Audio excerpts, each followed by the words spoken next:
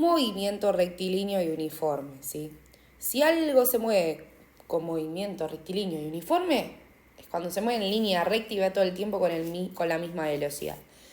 Entonces acá dijimos las dos características principales, ¿sí? Si se mueve en línea recta y además tiene velocidad constante. Tatúatelo, anótatelo. MRU significa estas dos cosas, ¿sí? La velocidad siempre va a ser la misma, es constante. O sea, básicamente, ¿qué queremos decir con velocidad constante? Que va a recorrer espacios iguales en tiempos iguales. Galileo lo dijo. Una cosa se mueve con movimiento rectilíneo y uniforme si va en línea recta a velocidad constante. ¿Bien? O sea que la velocidad en MR1 no va a cambiar, se mantiene constante. ¿Y cuánto vale la aceleración? Ya dijimos que si no acelera, aceleración cero. Entonces vamos con fórmulas. Ahora sí, te quiero ver. La primera fórmula que vamos a ver es el cálculo de velocidad en MRU. Entonces sabemos que la velocidad significa el espacio recorrido en qué tiempo, ¿sí? Por ejemplo, si yo digo 30 kilómetros sobre hora, es que ¿qué recorro? 30 kilómetros en una hora. Es el espacio recorrido en cierto tiempo empleado. ¿Está claro? Si yo digo, no sé, en un minuto recorro 20 metros. Bueno, tu velocidad es 20 metros sobre minuto. ¿Se entiende el concepto? Entonces, lógicamente, la velocidad va a ser lo que recorres, que era delta x, dividido el tiempo que empleás. Entonces es delta x sobre delta t. Y ya vimos que delta x era posición final menos la posición inicial y delta e era el tiempo final menos el tiempo inicial. ¿Sí? Así que esta es la fórmula de velocidad. Por lo general va a suceder, y ya te voy a spoilear, que la mayoría de los ejercicios la posición de inicio va a ser 0 y el tiempo inicio va a ser 0. ¿Por qué? Porque justamente en nuestro sistema de referencia, por lo general, vamos a arrancar desde 0. O vamos a asumir, vamos a llamarlo 0, ¿no? Porque uno elige el sistema de referencia. Así que por lo general, si llega a suceder que posición de inicio es 0 y tiempo de inicio es 0, la fórmula que se usa sería que la velocidad es la posición sobre el tiempo final, ¿no? Bien.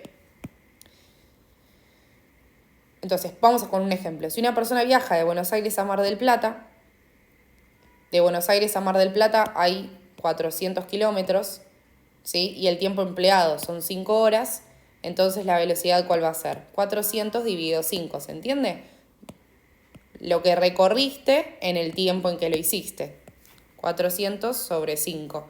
Eso nos da 80 y ojo con las unidades. La velocidad en que se va a medir entonces. Kilómetros sobre hora, metros sobre segundos, y etc. Entonces, si el tipo salió inicialmente a los 340 y llegó a los 380, suponete que nos dan esta situación. Arranca en los 340 y llega a los 380. Ahora sí, ¿no? Para calcular delta x habría que hacer final menos inicial, ¿sí? Porque en sí, ¿cuánto recorrió? Desde 340 a 380 recorrió ¿cuánto? 40. ¿Se entiende la idea de delta? Es el espacio recorrido. ¿Cuánto recorriste? Y si dice que lo hace en 30 minutos, entonces sería 40 dividido el tiempo. 30 minutos. ¿Qué pasa? Y vamos a tener que hacer un pasaje de unidades, ¿sí? Porque está bien. Las posiciones están en kilómetros, ¿no? O sea, 380 menos 340 nos da 40 kilómetros. Y el tiempo está en minutos, y esto no compila bien, o sea, o uso kilómetros sobre hora o uso metros sobre segundo, ¿se entiende? Entonces, si yo tengo el tiempo en minutos, entonces, ¿qué tendría que hacer? El tiempo, si yo quiero que esté, si esto está en kilómetros, el tiempo lo necesito en horas. Entonces, 30 minutos habría que pasarlo a horas. ¿Cómo hacía eso? De minutos a horas dividido por 60, ¿sí? ¿Por qué? Porque si una hora son 60 minutos, entonces 30 minutos, ¿cuánto va a ser?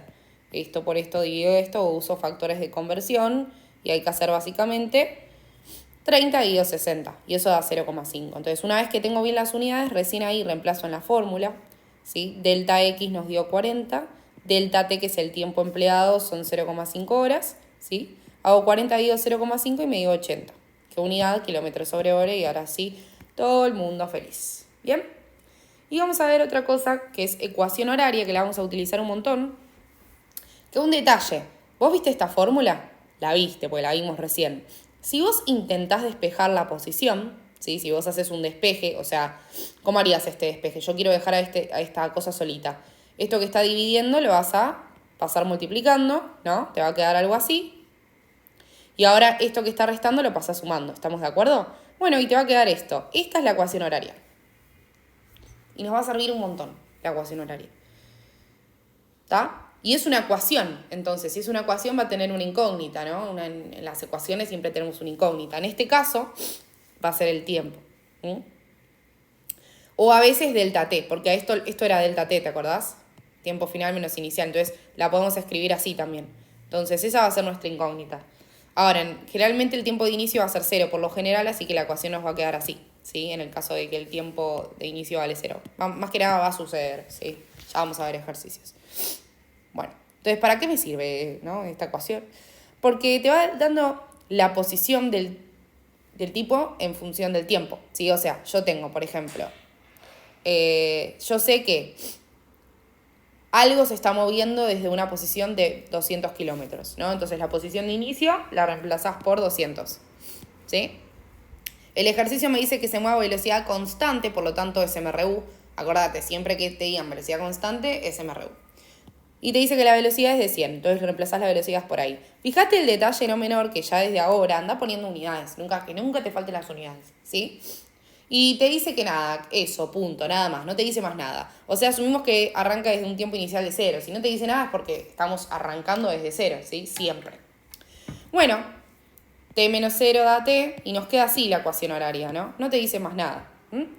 Bueno, entonces si a mí me preguntan dónde va a estar, una pregunta de este ejercicio puede ser ¿dónde va a estar en 3 horas? ¿Qué vas a hacer? Reemplazar el tiempo por 3, ¿sí? Y listo, haces la cuenta, te queda que x, o sea, la posición final sería 200 kilómetros más 100 kilómetros sobre hora por 3 horas, ¿sí? Horas se va a ir con horas, ¿me seguiste? Y ahora hacemos la cuenta, ojo los términos, ¿no? Términos, suma y resta, me separan términos, no olvidemos eso.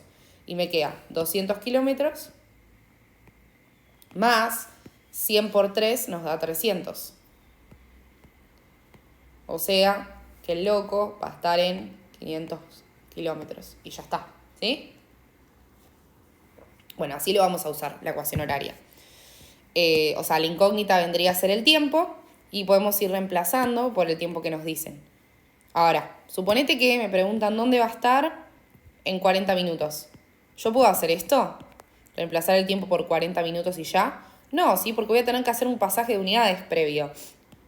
Esto no va a compilar bien con esto, horas y minutos. O sea, voy a tener que pasar de minutos a horas y recién ahí voy a poder hacer la cuenta. Obviamente esto es una introducción, ya vamos a estar haciendo ejercicios, pero para ya prevenirse de que vamos a tener que hacer pasaje de unidades en el caso de que no compile.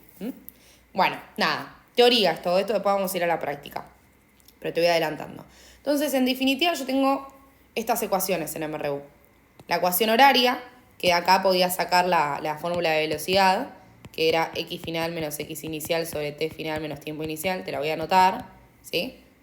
Y bueno, y sabemos que la velocidad es constante y que la aceleración es 0, ¿sí? Bueno, estas son cosas que te las tenés que acordar, no es que son fórmulas, son conceptos.